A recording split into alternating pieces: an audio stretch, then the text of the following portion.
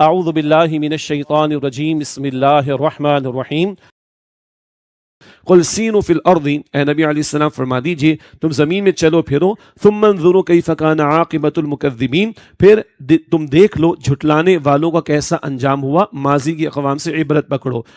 اب ایک انداز ہے سوال کا، اور قرآن حکیم میں یہ انداز کئی مرتبہ آئے گا جس کو ہم کیو اے اسٹائل کہتے ہیں، سوال جواب کا انداز۔ سوال سے اگلے کو غور و فکر کی دعوت دی جاتی ہے، کبھی جواب اس کے اندر سے دل سے ہی آ جاتا ہے، کبھی جواب بتانے کی ضرورت بھی پیش آتی ہے۔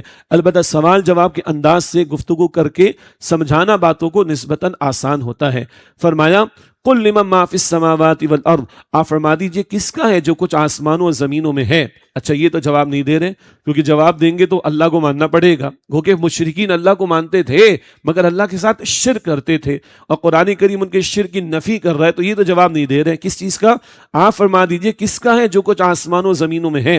قل للہ، اے نبی علیہ السلام فرما دیجئے آپ ہی کہ سب کچھ اللہ ہی کا ہے۔ کتب علی نفسہ الرحمہ، اللہ نے اپنے کرم سے رحمت کرنا اپنے اوپر لازم فرما لیا ہے۔ اللہ پر کچھ بائنڈنگ نہیں ہے، اللہ پر کچھ لازم نہیں ہے۔ اللہ کی شان کیا ہے؟ فعال لما یرید، اللہ جو چاہے کرے، اللہ کی شان تو یہ ہے۔ مگر اللہ خود سے اپنے اوپر کسی بات کو لازم کر لے، وہ اللہ جو چاہے سو کرے۔ تو اللہ نے خود سے اپنے اوپر کیا لازم کیا؟ کتب علی نفسہ الرحمہ، اس نے اپنے کرم سے رحمت کرنا اپنے اوپر لازم فرما لیا ہے۔ ایک حدیث مبارک میں آتا ہے، حدیث قدسی کے الفاظ ہیں، سبقت رحمتی علی غضبی، اللہ فرماتا ہے میری رحمت میرے غضب پر سبقت لے گئی ہے، غالب ہے۔ اچھا اس رحمت کا ایک ظہور آخرت میں ہونا ہے۔ فرمایا لَيَجْمَعَنَّكُمْ إِلَىٰ يَوْمِ الْقِيَامَةِ لَا رَيْبَ فِيهِ، وہ یقیناً قیامت کے دن تمہیں جمع فرمائے گا، اس میں کوئی شک نہیں۔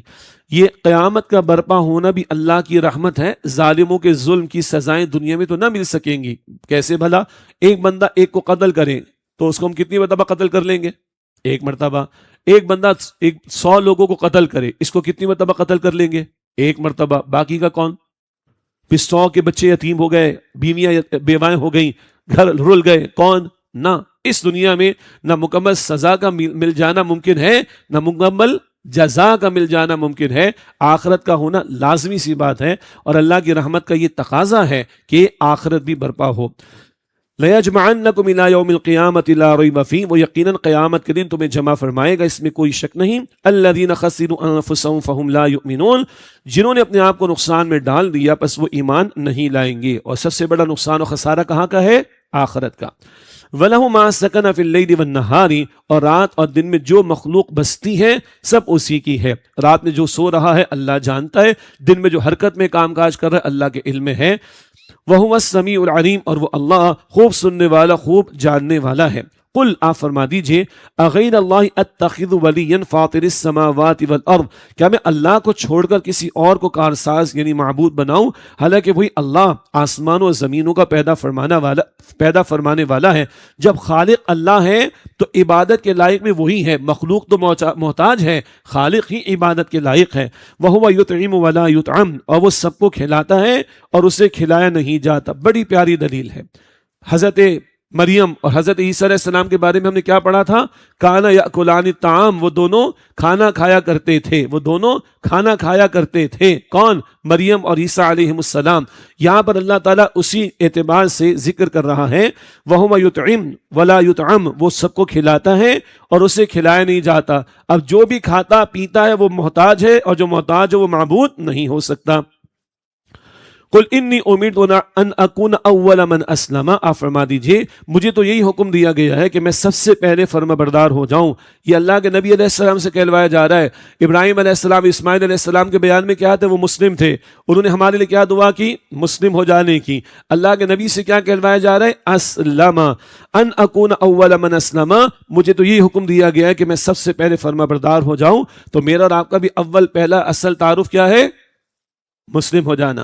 فرمایا وَلَا تَكُونَنَّ مِنَ الْمُشْرِكِينَ، اور یہ حکم بھی دیا گیا ہے کہ تم مشرکوں میں سے ہرگز نہ ہو جانا۔ توحید کی دعوت اور شرک کی نفی کا ذکر چل رہا ہے۔ قُلْ إِنِّي أَخَافُ إِنْ عَصَيْتُ رَبِّي عَذَابَ يَوْمٍ عَظِيمٍ، اے نبی علیہ السلام فرما دیجئے اگر میں اپنے رب کی نافرمانی کروں تو بے شک میں ڈرتا ہوں ایک بڑے دن کے عذاب سے۔ ان عصیت ربی عذاب یوم عظیم، اگر میں اپنے رب کی نافرمانی کروں تو بے شک میں ڈرتا ہوں ایک بڑے دن کے عذاب سے۔ من یصرف عنہ یومئذ فقد رحمہ، اس دن جس شخص سے عذاب ہٹا دیا گیا تو یقیناً اس پر اللہ نے رحم فرمایا، وذالک الفوز المبین، اور یہی کھلی کامیابی ہے۔ اب یہ باتیں تو ہم سب کے لیے بھی ہے نا، ہم اللہ سے دعا کریں کہ اللہ قیامت کے دن عذاب سے ہمیں بچا لے، اللہ ہم پر رحمت کا معاملہ فرما دے، اور اللہ واضح کھلی کامیابی ہم سب کو عطا فرما دے۔ اگلے الفاظ میں توحید اور توکل کا بڑا پیارا بیان۔ توکل کیا ہے؟ اللہ پر بھروسہ، سب کچھ ہونے کا یقین اللہ کی ذات سے۔ فرمایا وَإِن يَمْسَسْكَ اللَّهُ بِضُرٍّ فَلَا كَاشِفَ لَهُ إِلَّا هُوَ، اور اگر اللہ تمہیں کوئی تکلیف پہنچائے تو اس کے سوا اس تکلیف کو دور کرنے والا کوئی نہیں۔ وَإِن يَمْسَسْكَ بِخَيْرٍ فَهُوَ عَلَى كُلِّ شَيْءٍ قَدِيرٌ، اور اگر اللہ تمہیں کوئی بھلائی پہنچائے تو وہ ہر چیز پر بڑی قدرت رکھنے والا ہے۔ کل نفع نقصان کا مالک کون؟ اللہ۔ ہر نماز کے بعد کیا ہم کلمات ادا کرتے دعا کے جو نبی علیہ السلام نے سکھائے؟ اللہم لا مانع لما اعطیت ولا معطی لما منعت ولا ينفع ذا الجد منک الجد، اے اللہ جو تو دینا چاہے کوئی روک نہیں سکتا، فائدہ ہو نقصان ہو، جو تو نہ دینا چاہے کوئی دلوا نہیں سکتا، اور اللہ تیرے اختیار کے مقابلے میں کسی کا اختیار کام آنے والا نہیں ہے۔ یہ ہے توکل کا حاصل، اللہ پر بھروسہ کہ کل نفع نقصان کا مالک اللہ۔ وَهُوَ الْقَاهِرُ فَوْقَ عِبَادِهِ، اور وہ اللہ اپنے بندوں پر غالب ہے، یعنی کل اختیار رکھتا ہے۔ وَهُوَ الْحَكِيمُ الْخَبِيرُ، اور وہ اللہ بڑی حکمت والا، بڑا باخبر ہے۔ پھر سوال کا انداز دیکھیں، قل، آپ فرمائیے، اَيُّ شَيْءٍ أَكْبَرُ شَهَادَةٍ، کس کی گواہی سب سے بڑھ کر ہے؟ قل اللہ، آپ فرما دیجئے اللہ کی۔ یہ تو چپ بیٹھے، شرک کی کوئی دلیل ان کے پاس نہیں، شرک کی کوئی دلیل نہیں ہے، جواب نہیں دے رہے۔ آپ جواب دے دیجئے نبی علیہ السلام اس کوئسچن کا۔ قل اللہ، آپ فرما دیجئے اللہ کی، یعنی اللہ کی گواہی سب سے بڑی ہے۔ شہید بینی و بینکم، وہ میرے اور تمہارے درمیان گواہ ہے۔ کس بات کا؟ معبود برحق بھی وہی ہے اور میں اللہ کا رسول ہوں۔ شہید بینی و بینکم، وہ میرے اور تمہارے درمیان گواہ ہے۔ وَأُوحِيَ إِلَيَّ هَذَا الْقُرْآنُ لِأُنذِرَكُمْ بِهِ وَمَنْ بَلَغَ، اور یہ قرآن میری طرف اس لیے وحی کیا گیا ہے تاکہ میں تمہیں بھی اس کے ذریعے سے ڈراؤں اور ان کو بھی جن تک یہ قرآن کریم پہنچے۔ اس قرآن سے انذار کا کام ہوگا۔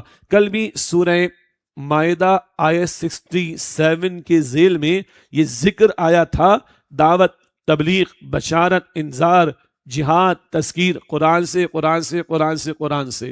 یہی موضوع سورہ نام کا بھی، اصل موضوع قرآن اور دعوت قرآن سے، ماننا ہے اسے مانو تب نجات ملے گی۔ یہاں کیا ذکر آیا؟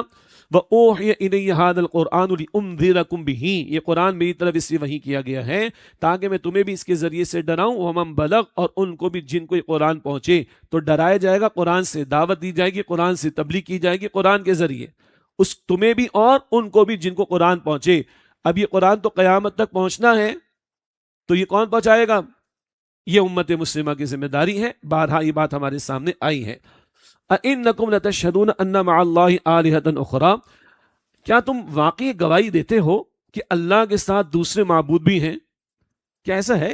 اپنے آپ سے پوچھو، آر یو سیریس؟ تمہارا دماغ ٹھیک ہے؟ اللہ کے ساتھ دوسرے بھی کوئی معبود ہو سکتے، مخلوق و خالق کے برابر؟